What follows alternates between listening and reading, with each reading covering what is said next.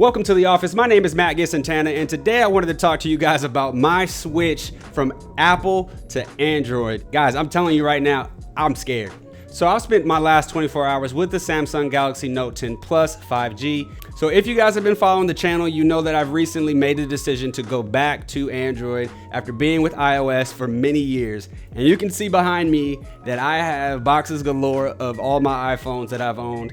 And you also see two new boxes up there. Take a look at that. So during my first 24 hours, I will say that I've been very impressed with the device. The screens are amazing. So I also wanted to tell you guys something too. I know in my last video, I talked about me selling my Apple devices. Well, I run a YouTube channel. I need to keep them just in case I need to talk about iOS in the future. But I have removed my Apple Watch. Look at the tan. And my iPhone is sitting right here on my desk just in case I need it for an emergency FaceTime call with my family or anything like that.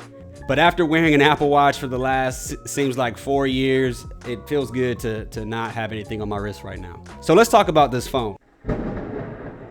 Setup was very easy. Coming from an iPhone, the setup process was a little cumbersome. You had alerts from Verizon, you had alerts from Samsung. I've never seen so many terms of service agreements as well as options for privacy. And also right out of the box, the first thing I noticed is how beautiful the screen is and how much bloatware there is. Lots and lots of bloatware. I know some of you who are not new to Android are like, come on man, this is old news. Why are you telling us this? But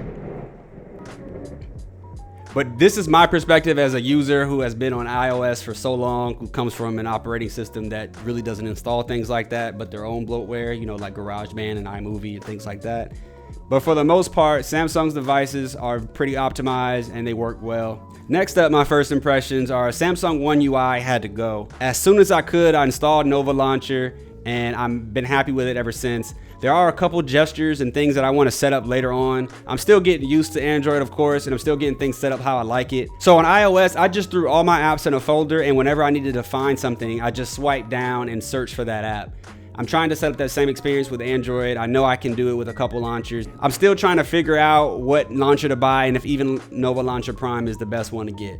If you guys have any options or any suggestions, please drop them down in the comment below. I'm literally like in a whole new world right now. I haven't been in Android for a long time, so I know how to sideload APKs and do other things, and I used to root them back in the day, but this is still very new to me as far as 2019 goes. So inside the box, you're gonna get some paperwork and some accessories. You're gonna get a USB-C cable. You're gonna get a wall charger. You're also going to get a USB-C to USB-A adapter and some AKG headphones. The headphones come with some additional tips, and they also come with a USB-C end. So Samsung decided to not include a 3.5 to USB-C adapter inside the box. If you have some nice headphones that you want to plug into your Note, you're not going to be able to do that out of the box. You're going to have to buy an adapter for it. In comparison to the iPhone XS, the Samsung Galaxy Note 10 Plus is huge.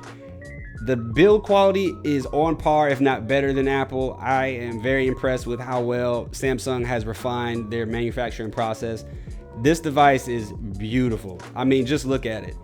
I know everybody's getting the Aura Glow, and I did as well because I couldn't pass up that beautiful color, but you really can't go wrong with any of the colors of this phone. So the device is pretty simple. Along the right-hand side of the device, there is nothing. They removed the button and they moved it over to the left-hand side. So the right side is very clean, very sleek, and you can see the nice curved screen coming along the edge. Along the bottom, you have your S Pen slot, you have a speaker grill, and you have your USB-C port.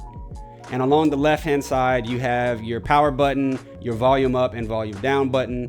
I would have liked for the power button to be shaped a little bit different because when you first grab onto it, you really don't know what you're pressing until you realize you're pressing the volume button. For the most part, I don't really use the power button to turn it on. I either use tap to wake or I use the ultrasonic fingerprint scanner. So far in my testing, the ultrasonic fingerprint scanner has not been too great. It has been pretty reliable. It's just been slow.